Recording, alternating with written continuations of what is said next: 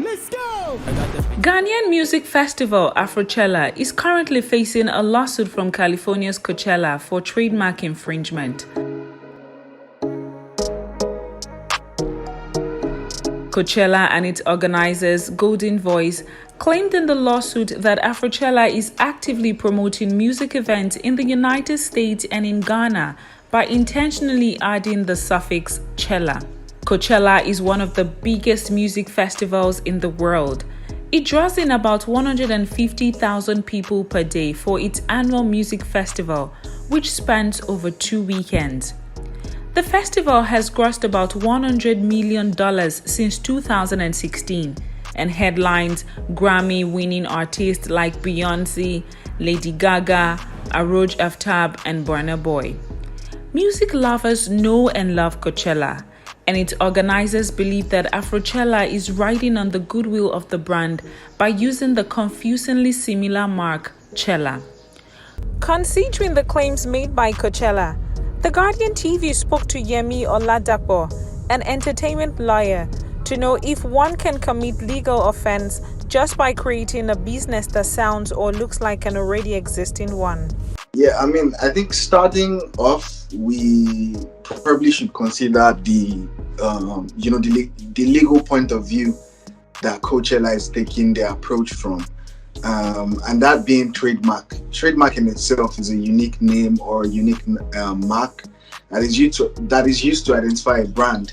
And in the situation of Coachella, they are popular with the name, or they are known for the name Coachella as a music and festival brand in the US.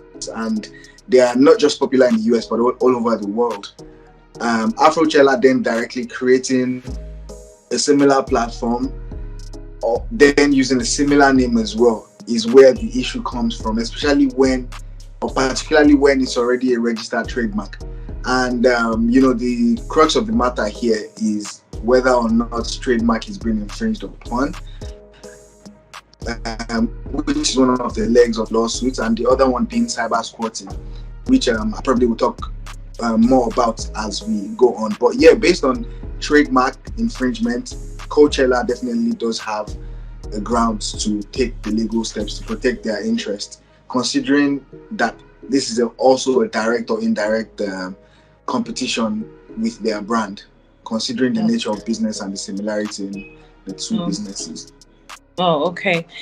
They are largely territorial. That is, if you register a trademark in Nigeria, most likely wouldn't be protected in other parts of the world, except if there's some sort of treaty amongst the country, or if you go directly to register in all of these countries. And it's a practice, it's type of like a sharp practice that people try to do in business, where you try to pull a fast one, in the sense of, since we are in our territory, Ghana, and Coachella is probably not registered yet anyways, we might as well try to register it so that we have that competitive advantage, So in a situation where a lawsuit like this arises, then we have the defense to say we registered it first in this region anyways. That's number one. But it's interesting that Coachella were able to move quickly to oppose that registration, and according to my findings reading through the suit as well, they also filed the suit in Ghana to try to protect interest as well. So with what I've seen with Coachella, they have tried to make sure that no stones are left unturned. The suit further added that despite repeated requests from plaintiffs, defendants have refused to adopt their own distinctive event name and have even gone as far as applying in Ghana to register Coachella as their own trademark. What do you think the implication of this lawsuit is going to be for Afrochella, especially knowing that there's supposedly an event coming up December, Afrochella, yeah. One of the ways I believe to bring this matter to an end would be Afrochella considering rebranding, probably picking another name and what have you. And so yeah, I think that's one of the key things that could be explored.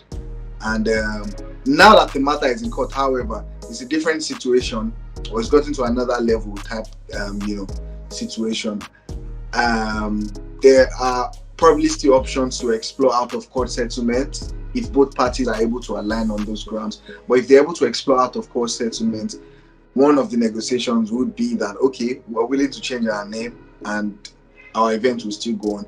But because the main crux of the matter is the trademark and maybe not necessarily other related issues that could affect the event in itself.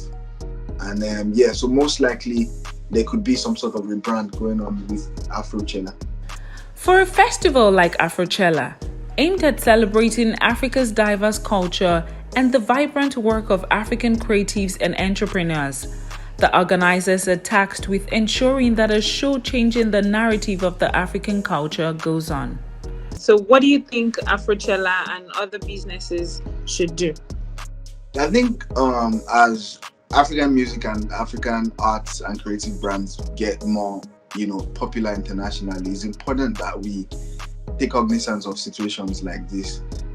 Maybe back in the day, things like this could fly, but not anymore. Because obviously, like in the situation of Coachella, like I was trying to explain earlier, Afrochella rather, there is also one of the claims being made by Coachella is that Afrochella is cyber squatting. That is, even though your business is based in Ghana, you still have a website that is hosted in North America, which is within our region. But in conclusion, though, I think Afrochella is doing a great job for the culture, putting Afrobeats on the global map with their festivals over the years. But it's also a lesson for other brands coming from this part of the world to prepare for situations like this. So we're thinking 5, 10, 15 years ahead, even where we have brands that we started just for the love of it. With the way, the culture is getting bigger internationally, most likely we'll get this international appeal and get popular internationally. And so we need to look out for intellectual property related issues and protect ourselves from these situations. This year's Afrochella Festival is scheduled for December 28 and 29, 2022 at the El-Wak Stadium in Accra, Ghana. The event is billed to be headlined by megastar Burna Boy and superstars including Stonebwoy, Fireboy DML, Aya Star, and Black Sharif, amongst others. However, it remains unclear how the suit instituted by Coachella will affect this event.